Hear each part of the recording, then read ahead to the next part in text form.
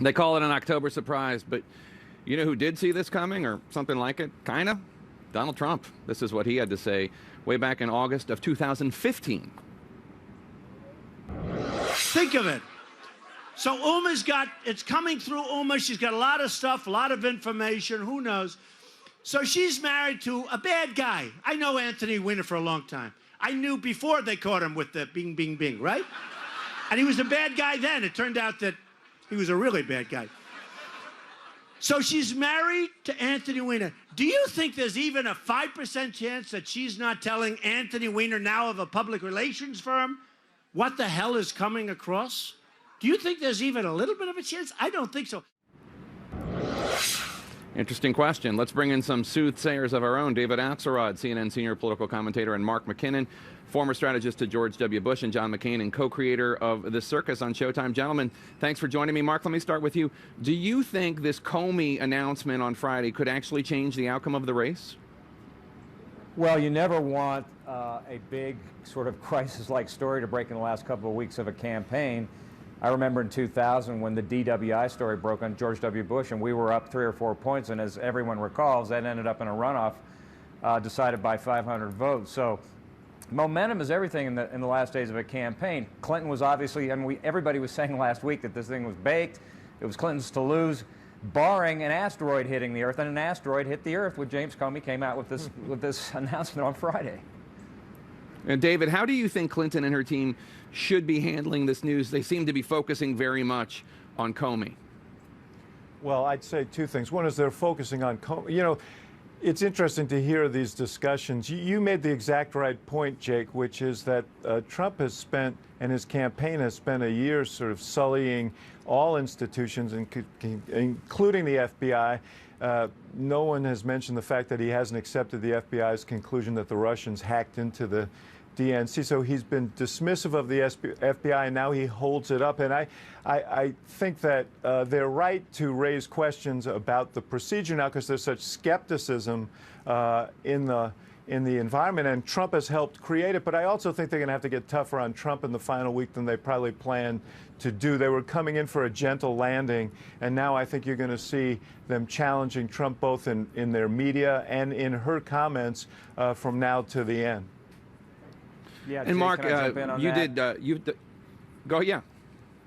Well, I just was going to agree with David in the sense that, you know, we kind of thought a long time ago that at the end of this race, strategically, the Trump campaign would want to make it a referendum on Clinton, and Clinton would want to make it a referendum on Trump, and that's exactly what's happening right now. I went out to see Joe Biden Saturday in Las Vegas, and I was wondering, you know, was he going to talk about the emails? What was he going to do? I'll tell you what he did: attack, attack, attack. They're going total offense on Donald Trump right now.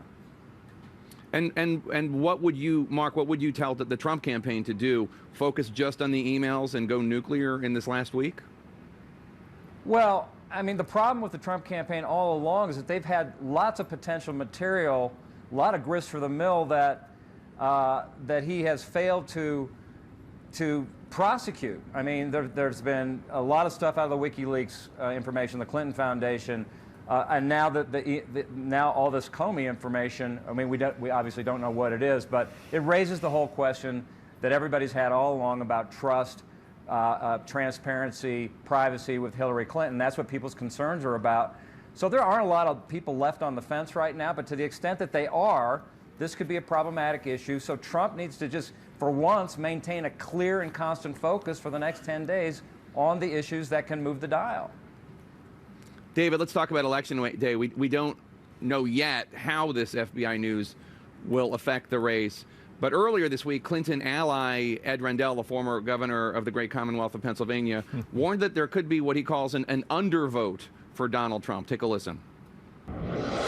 I think there's a hidden Donald Trump vote, like there was a hidden Frank Rizzo vote. And I think all this talk about it being over and now the real contest is the Senate, I think that's going to persuade a couple of Hillary Clinton voters and Democratic voters to say, well, what do I have to stand on line for an hour for? If I were the Clinton team, I would be desperately worried about that type of talk. Desperately worried. That was before the Comey news broke. What do you think, David? What is the game plan for the Clinton team? Should they go nuclear on Donald Trump on air?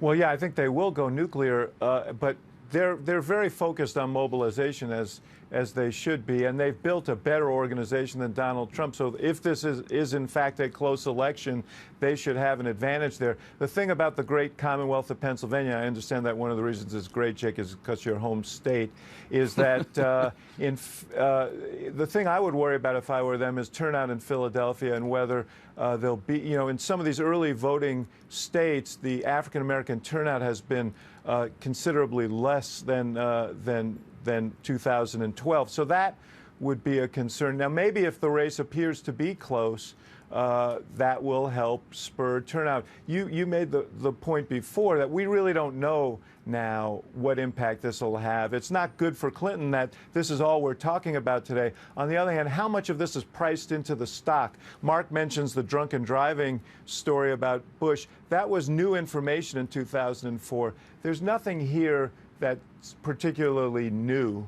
And so the question is, does it impact the race or not? And we won't know for several days when we look at polling sort of midweek, has this really shifted the race? But if the perception is that it's closer, it may spur Trump voters, but it may also make Clinton voters who are somewhat ambivalent or somewhat complacent feel like they need to get out to the polls. And that's something that they will push, I'm sure.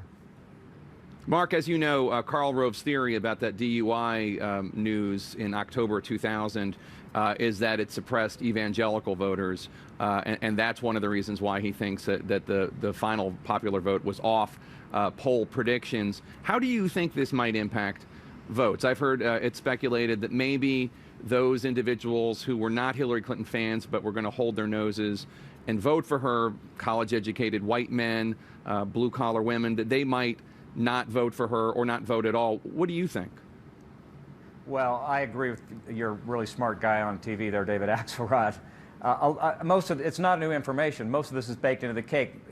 For a lot of voters, it's just kind of white noise.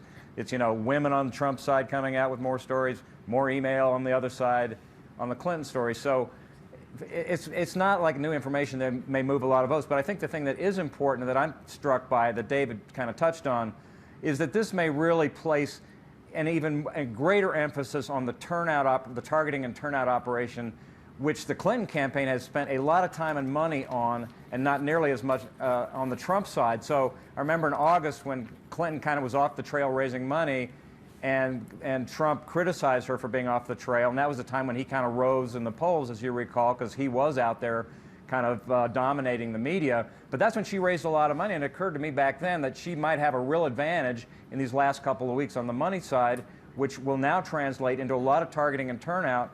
And, I think about the last FEC reports that I saw that had, Trump spending 3 times as much money on hats as he is in turnout, and that's the kind of thing that may make the difference in the last couple of weeks in a race that's gotten close because of this developing news.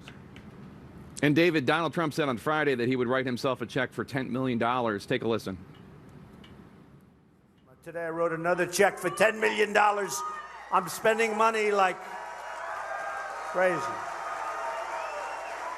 I'll probably have maybe close to or over $100 million of my money spent on the campaign. And David, Trump might be writing his campaign a $10 million check, but that won't change the fact that he's at a huge disadvantage when it comes to money. Clinton has $62 million cash on hand Friday. Trump only had $16 million. The money that matters is the earlier money that you can invest in things like analytics and building a turnout machine. This money can go to late mobilization efforts. It can go to television. But I don't know how meaningful it is. We'll also see, how much he ends up actually spending of his own. He's sort of turned this into a money-making exercise as well. So he's been throwing those numbers around for a long time. But bottom line, I think the late money is less important than the money that he should have spent earlier to kind of build the operation that he'll need in the case of a close election. Mark McKinnon and David Axelrod, thank you so much. David, good luck to your Cubbies, my friend. Yeah, man, we need it. Thank you. You sure do.